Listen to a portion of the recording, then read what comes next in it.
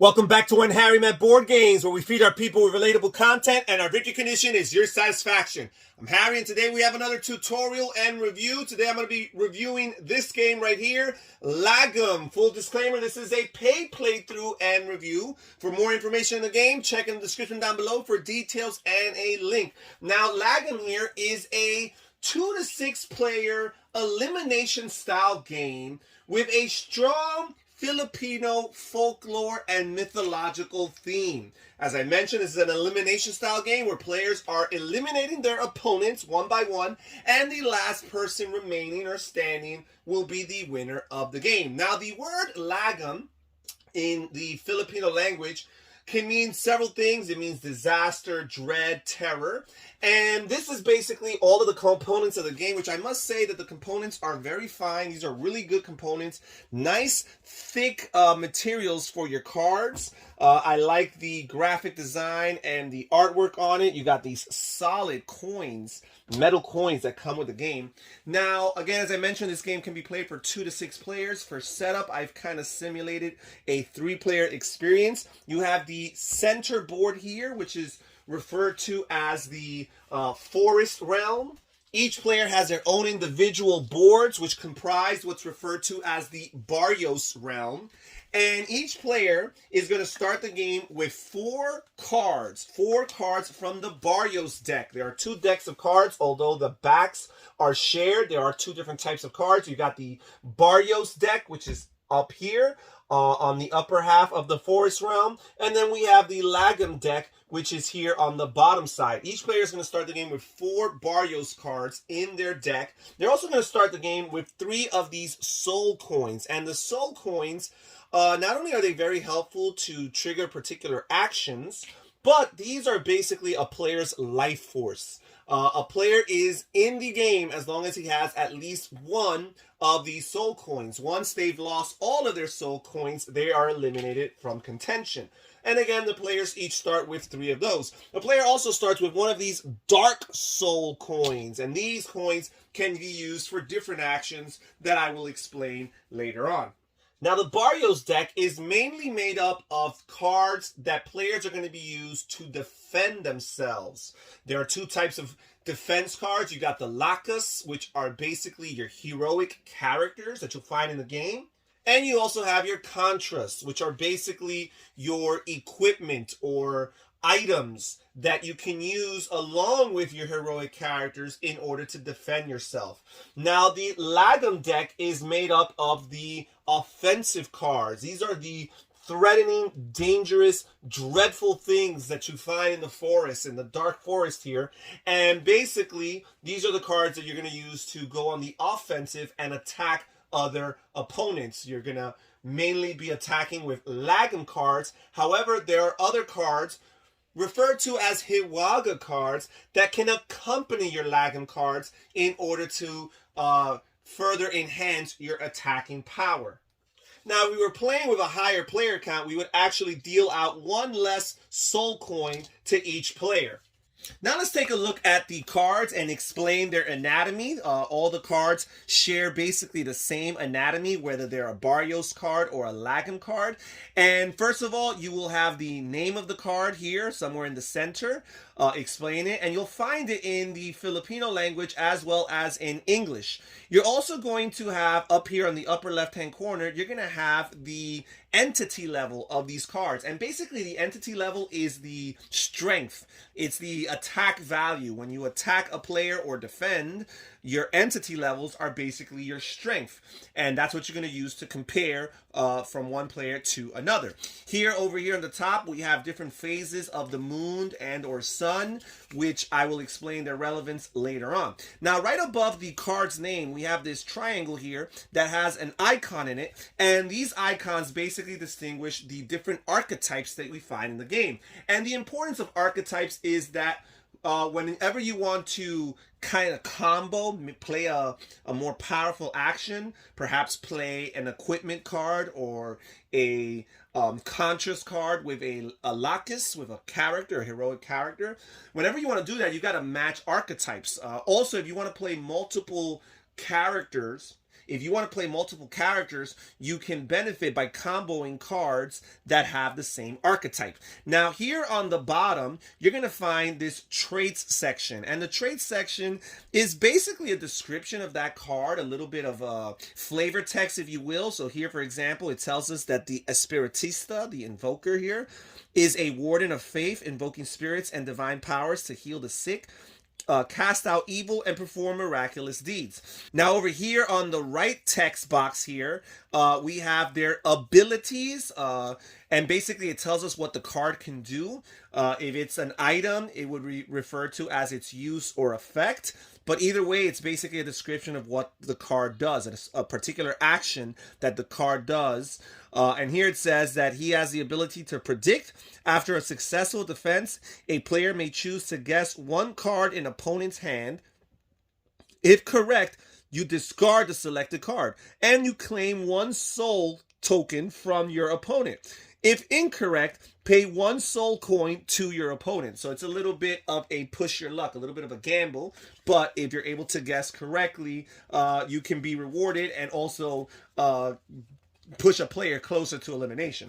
So that's pretty much the anatomy of the card, the things to keep in mind: the character's name, the entity level, the phases of the moon, the archetype symbols, their traits, and their abilities. Now we're going to talk about how the game actually plays. So players are going to randomly determine a starting player, and then they're going to work their way clockwise. And on a player's turn, they can take exactly one action. And they have several actions to choose from. One of the things a player can do is they can play their Dark Soul coin in order to draw 2 cards from the top of the Lagim deck. And again, the Lagim deck is the offensive deck. This is the deck that you want to draw from, especially if you want to succeed in attacking opponents. So by discarding your Dark Soul coin, you'll be able to draw 2 of those. Another thing a player can do is they can sacrifice one of their soul coins, put it in the graveyard here in the main board, showing that they've lost it, so they're one step closer to death.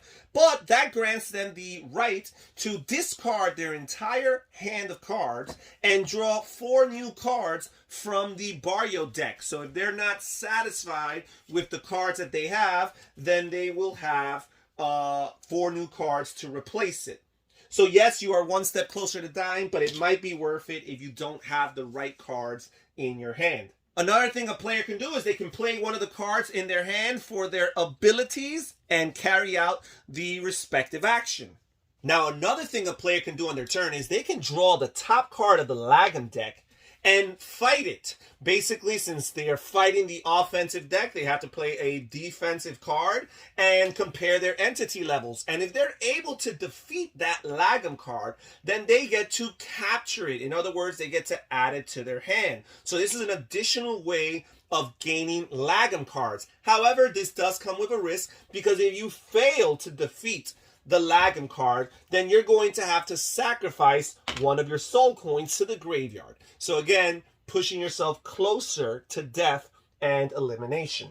And finally, the last thing a player can do is they can attack an opponent's barrio. So they can go to the opponent's part of the village and they can attack them and go on the offensive. Now, when a player chooses to attack an opponent, they can play typically 1 Lagim card. So, for example, we play this Warlock card here.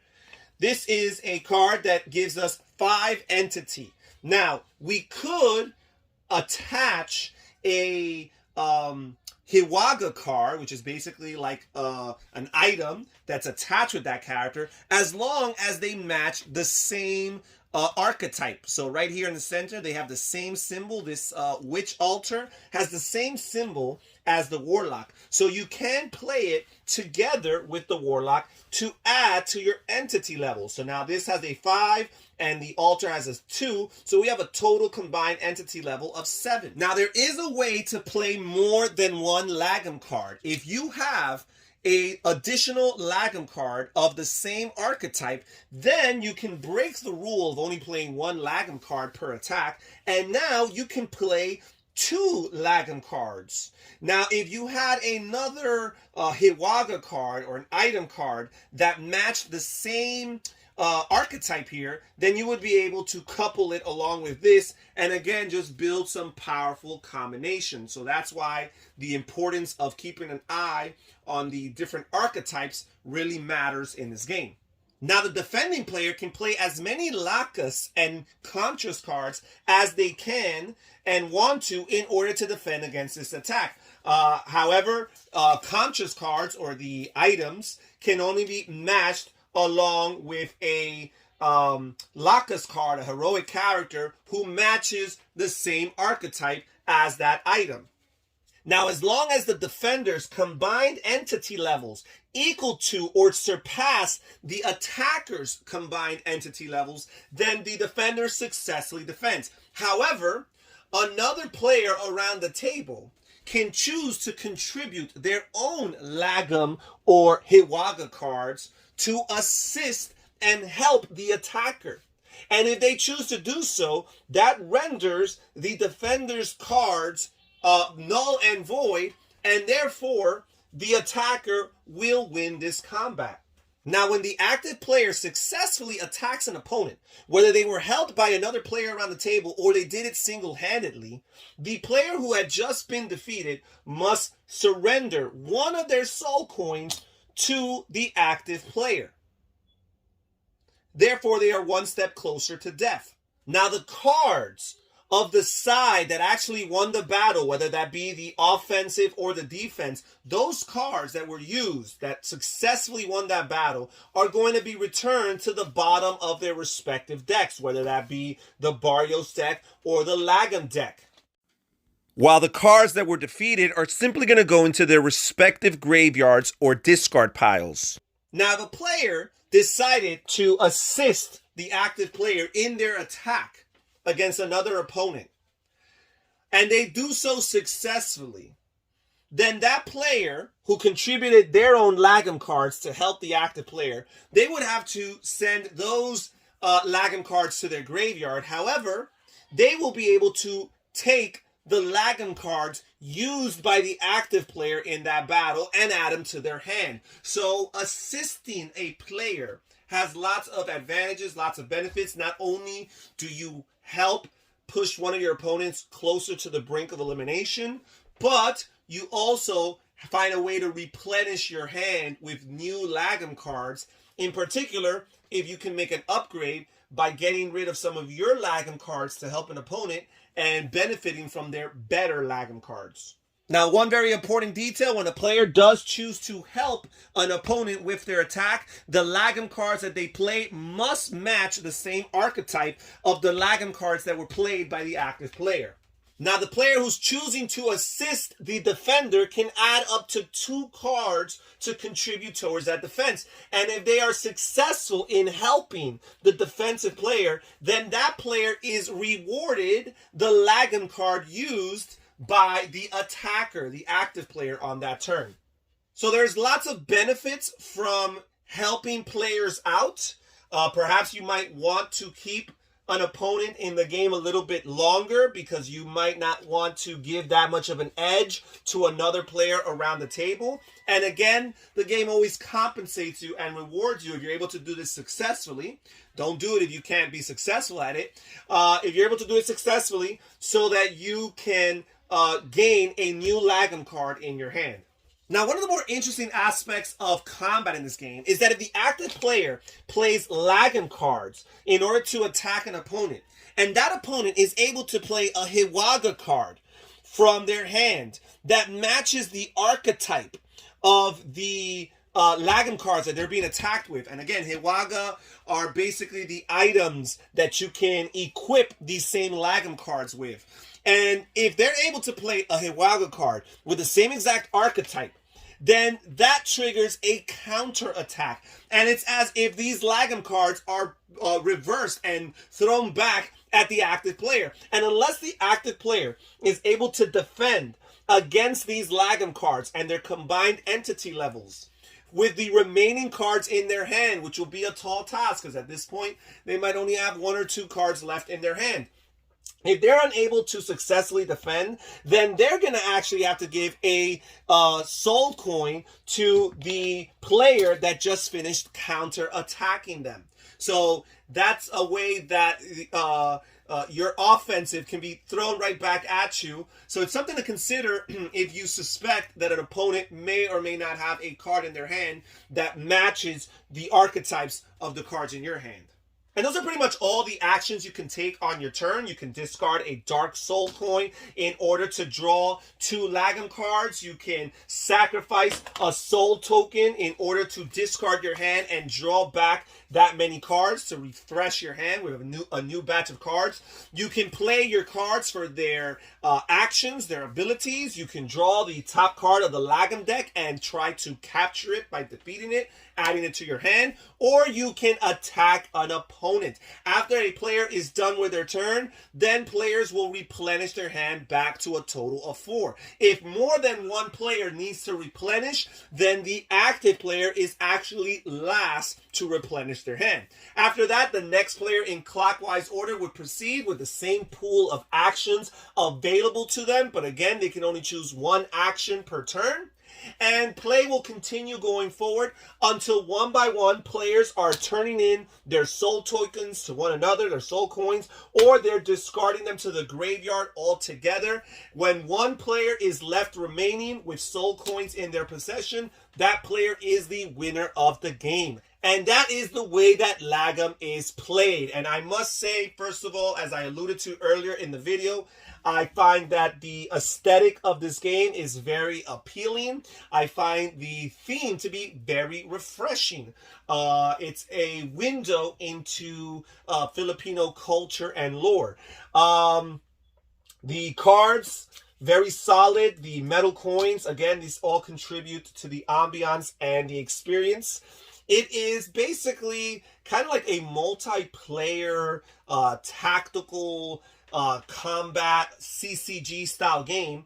I will say that although it says that it's for 2 to 6 players, not sure if I really want to play this at 2 players. I think you want to play this at maybe 4 or 5 or 6. The higher player counts will be beneficial because it adds more to the element, in particular in combat, where players can assist each other, whether they want to assist the attacking player or the defending player. Having more players around the table creates for more of those opportunities. It also makes it harder to card count because there's so many other players around the table who these cards are being distributed amongst, so you want to factor that in. Now, at the higher player counts, when you're playing 5 or 6 players, every player only has 2 soul coins, so it really makes your decisions all the more crucial because you're closer to elimination. At the smaller player counts, every player has 3 soul coins, so that's 1 more coin to count on. So you definitely want to be very thoughtful and methodical and maybe even conservative with your decisions at the higher player counts